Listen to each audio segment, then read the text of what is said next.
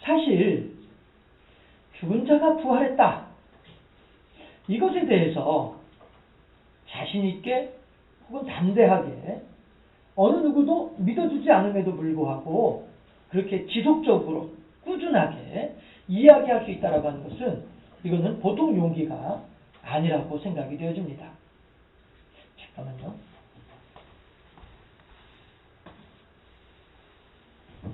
날씨가 흐리면 이렇게 되거든요. 그런데 제가 이 부활의 증인으로서 증인의 길이라고 하는 이 주제로 제목으로 설교를 준비를 하다 보니까 문득 그런 생각이 들어요. 물론 이 자리에 계신 분들 가운데에는 이렇게 제가 지금 드리는 말씀에 대해서 그렇구나 라고 하신 분도 계실 것이고 무슨 소리야 전혀 안 그렇지 라고 말씀하신 분도 계시겠습니다만은 이해하시고 들어주시길 바라겠는 게 사실 저는 해군 출신이잖아요. 그리고 또 수중 음파 탐지를 전문으로 하는 그런 배를 이제 타고 다녔었어요. 해서 수중 음파 탐지기의 그 기능이 얼마나 훌륭한지에 대해서 잘 알고 있죠. 바다 밑에 내용들을 그대로 다 보여주니까 말이죠. 그런 것들을 이렇게 종합을 해볼 때에 천안함이라고 하는 사고가 이제 있었잖아요. 이것에 대해서 저는 해군에 근무하고 있는 누군가가 양심 고백을 할 것이다 라고 생각을 했었어요. 분명히 양심 고백하는 사람이 있을 것이다. 천안함이면은 한 7, 80명 정도 배가 이제 한 100명 가까이 이렇게 승조원들이 있는 그런 배이거든요. 더군다나 그때 이제 한미연합 작전을 했기 때문에 훈련을 했기 때문에 그 옆에 배들도 많이 있었고 말이죠. 하기 때문에 그 수백 명의 눈과 귀가 있기 때문에 그 중에 한 명은 반드시 양심 고백을 할 것이다 생각을 했는데 양심 고백이 안 나오더란 말씀이에요. 지금까지도. 그래서 왜 이러지? 어떤 해군으로서의 자존심을 이렇게도 잃어버렸나? 이런 생각도 하기도 했었어요. 그런데 그러다가 제가 떠오르는 생각이 뭐냐 하면 그 당시에 여러 이른바 내부 고발자들이 있었어요. 삼성에서도 내부 고발자가 있었고 해군에서도 현역 소령이 내부 고발을 하기도 했었고요. 그 다음에 일반 기업에서도 내부 고발자들이 있었고 했었지만 법원에서도 그랬었죠. 검찰에서도 내부 고발자가 있었죠. 이런 양심 고백을 하는 사람들이 다 끝이 안 좋아요. 비록 자기는 정의로워서 자기는 이것이 올바른 일이기 때문에 그렇게 드러내고 공개를 했음에도 불구하고 그가 속해 있는 집단 안에서 이 사람들은 이렇게 찍히는 그런 일들을 이제 겪게 되면서 어느 사이에 우리 사회에서는 내부 고발자를 찾아보기가 어려운 그런 사회가 되고 말았죠. 여기까지 제가 드리고 싶은 말씀이 이거예요. 천안함이 뭐 사고냐 사건이냐 이걸 떠나서 내부 고발자가 그만큼 현재 우리 사회에서는 내부 고발자가 올바로 서기가 힘든 그런 환경과 토양이 우리나라에는 이루어져 있다. 저는 이걸 말씀드리고 싶어요.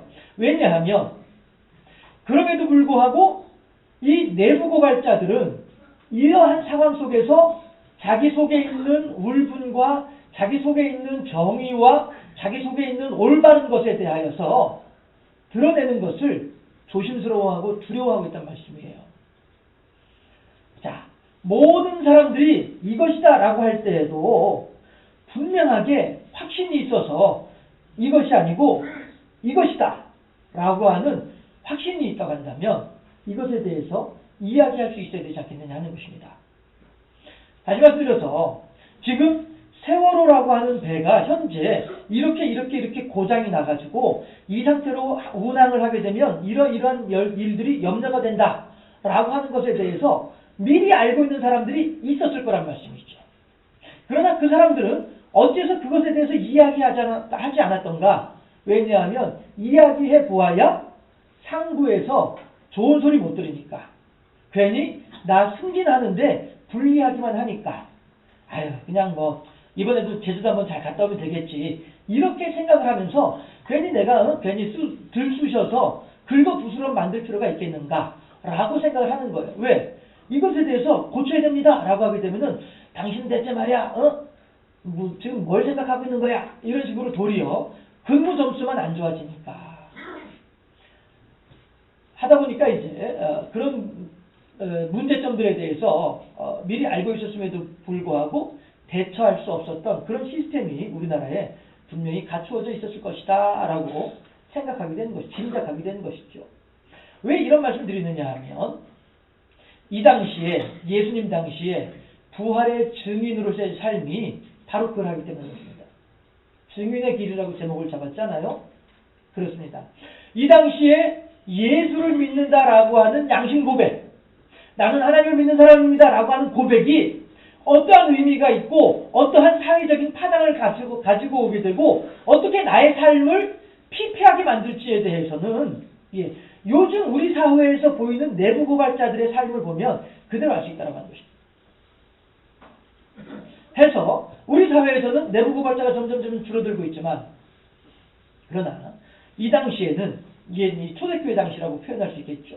이 당시에는 이른바 모든 사람들이 예스라고 할 때 혼자 노라고 함으로 말미암아서 많은 사람들에게 손가락질을 당하고 많은 사람들에게 외면을 당하고 배척을 당할 수밖에 없는 상황이었음에도 불구하고 그럼에도 불구하고 그들의 마음속에 있는 예수 그리스도의 부활에 대한 확신, 나는 부활하신 주님을 보았습니다. 나는 부활하신 주님을 만나보았고 그분과 더불어 같이 대화를 했고 그분과 같이 밥을 먹었습니다. 이것에 대해서 나는 이야기하지 않을 수 없는 거예요. 사람들이 나를 향해서 손가락질한다 할지라도 사람들이 나의 가족들을 향해서 어떤 불이익을 내준다 할지라도 그럼에도 불구하고 나는 이 부활하신 주님에 대해서 이야기하지 않을 수가 없어요. 왜? 내 속에 역사하신 성령께서 나로 하여금 이 일을 증거하라고 나로 하여금 이 일을 드러내라고 이야기하고 있기 때문에 나는 어찌할 수 없습니다. 이것이 요즘 세상에서는 내부 고발자들이, 요즘 세상에서는 양심 고백하는 사람들이, 요즘 세상에서는 참다운 증인들이 제대로 발을 붙일 수 없는 그런 삶을 사회이다 보니까 점점 그러한 올바른 길을 걸어가는 사람들의 숫자가 줄어들고 있는 것이 요즘 세상이지만 그러나 적어도 초대교회 당시에는 내 모든 것을 내어놓고서라도 주님의 이름을 드러내기 위하여서 내 안에 역사하신 성령의 교통하심의 능력을 따라서 그렇게 증인의 길을 걸어갔던 사람들이 있었기에 많지는 않았겠죠. 있었기에 오늘날까지 하나님의 복음이 예수 그리스도의 십자가의 사랑이 우리들에게 전달되어지고 있는 것이 아니겠냐 하는 것입니다. 엘리야가 하나님을 향하여서 원망을 합니다. 하나님, 지금 저 아합과 이세벨이 저와 같은 선지자들을 다 죽였나이다. 내가 어저께도 몇 사람이 한꺼번에 죽임을 당한 것을 보았고 내가 몇 달 전에도 몇십 명이 한꺼번에 죽임을 당한 것을 보았습니다. 이제 겨우 나 한 사람만 살아남은 것 같습니다. 나 혼자서 무슨 일을 할 수 있겠습니까? 하나님을 향하여서 나 혼자만이 살아남아 있습니다 라고 고백을 할 때 나 혼자만이 양심 고백을 하는 사람입니다. 나 혼자만이 증인의 길을 걸어가고 있는 사람입니다. 나 혼자만이 하나님의 공의와 정의를 지키고 있는 사람입니다. 나 혼자서는 어떤 것도 할 수 없습니다. 하나님께서 뭐라고 말씀하세요? 너와 같은 선지자 7,000명을 내가 살려두었다. 너와 같은 선지자 7,000명을 내가 숨겨두었다. 7,000명이 한꺼번에 모여 있었을까요? 전 그렇게 생각하지 않아요. 그 7,000명이라는 숫자가 모여 있는 것이 아니라 오늘 이렇게 엘리야처럼 그들이 속해 있는 곳곳에서 그들이 살고 있는 그 각 지역에서 그곳에서 그렇게 자기의 역할을 감당하는 사람들이었을 것이다 하는 것이죠. 학생으로 말하면은 1학년 1반에도 하나님의 선지자가 한 명 살아있었고 2학년 3반에도 하나님의 선지자가 한 명 살아있는 것이고 저 다른 학교에도 마찬가지로 또 각 반마다 그렇게 하나님의 선지자들이 한 명씩 있는 것이고 말이죠. 7,000명은 그렇게 해서 7,000명이었을 것이다 생각되는 것입니다. 한 반에서 요즘은 이제 한 반에 30명이잖아요. 저희들 공부할 때만 해도 한 반에 62명이었었고요. 62명 중에서 61명이 다 이쪽으로 가자라고 한다 할지라도 한 사람이라도 그쪽으로 가면 낭떠러지야. 그쪽으로 가면 힘들어져. 거긴 올바른 길이 아니야. 그쪽으로 가면 괜히 빙 돌아가는 길이고 그리 가면 막힌 길이야. 알게 되면 나 혼자서라도 아니야 얘들아 다 이쪽으로 가자라고 이야기할 수 있어야 이것이 올바른 사람이 아니겠냐 하는 것입니다. 많은 사람들이 61명이 야 너는 왜 대체 네가 뭘 한다고 그쪽으로 가야 된다고 하는 거야? 봐 여기 길이 이렇게 좋은데 다들 이리 가. 손가락질 한다 할지라도 아니야 얘들아 그쪽으로 가면 길 막혀있어. 여기가 열린 길이야. 알고 있으면 이야기해줘야죠. 이것이 증인의 삶이 아니겠습니까? 오늘을 살아간 우리들은 어떠하냐는 것입니다. 그렇습니다. 세상 사람들이 살아가는 세상 속에서는 내부 고발자들이 자리를 잡을 수가 없는 그런 상황일런지도 모르겠습니다. 그러나 하나님을 믿는 일을 간다는 말이죠. 하나님의 영광을 위한 길이라고 한다는 말입니다. 이 세상 사람들끼리 자기들끼리 어울렁 하면서 그저 이렇게 지긋구덩이 싸움을 하든 어쨌든 이런 것들에 대해서는 우리가 잠시 뒤로 한 걸음 물러나 있을런지 모르겠습니다만은 그러나 적어도 하나님의 공의와 하나님의 정의를 실천하는 일을 한다는 말입니다. 예수 그리스도의 영광이 사면이 소멸되어져 가고 하나님의 이름이 망령되어 그러다가는 그 참남한 현장 앞에서만큼 나오다 한다는 말입니다.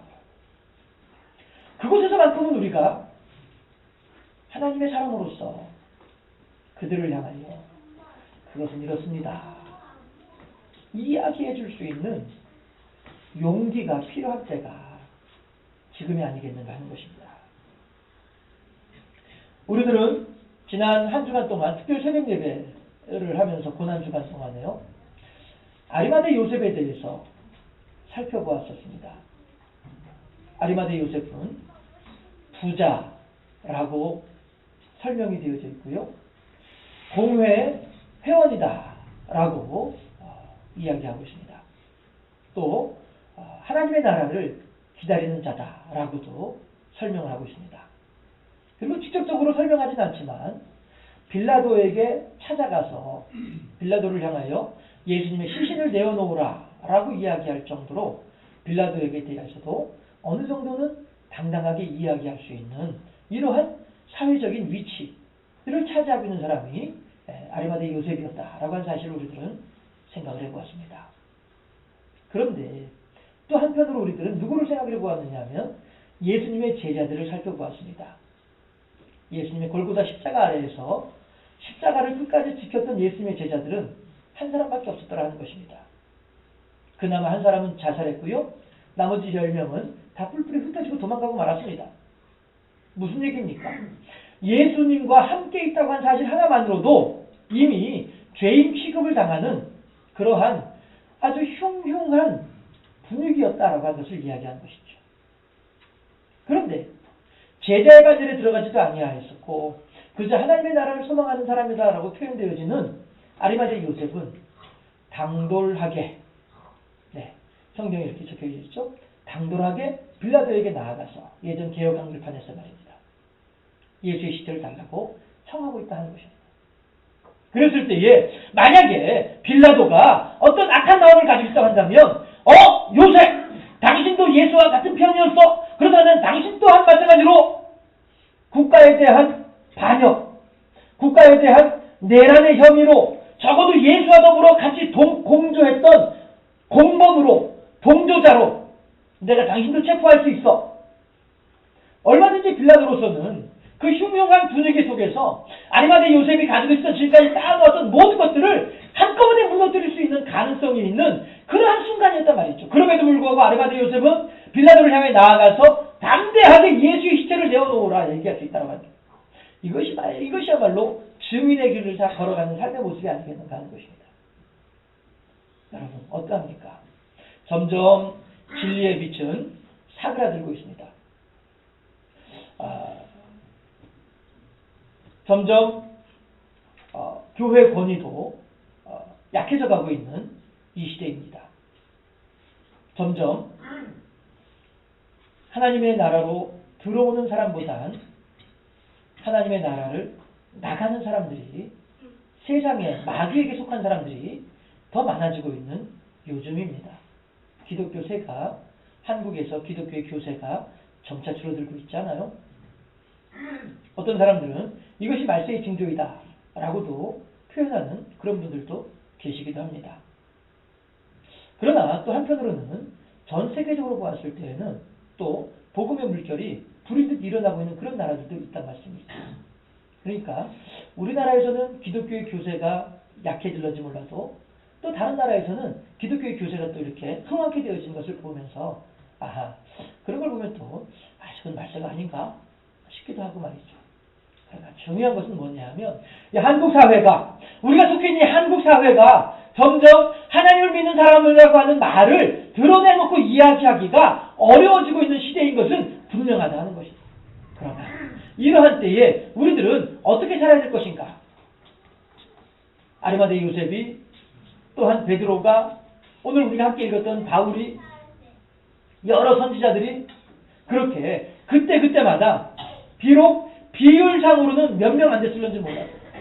대다수는 다 안 믿는 사람들이고 나 혼자서 믿는 사람이어서 하여서 그 싸움이, 혼자서 하나님의 진리의 복음을 들고 나아가는 그 싸움이 힘든 싸움이었고 어려운 싸움이었을는지 몰라도, 그럼에도 불구하고 그들은 하나님의 말씀을 사람들에게 드러내는 일에 주저하지 아니하였고 두려워하지 않을 수 있었다. 그러므로 인하여서 하나님의 진리는 쇠퇴하여지지 아니하고 오늘날 우리들에게까지 전달될 수 있었다.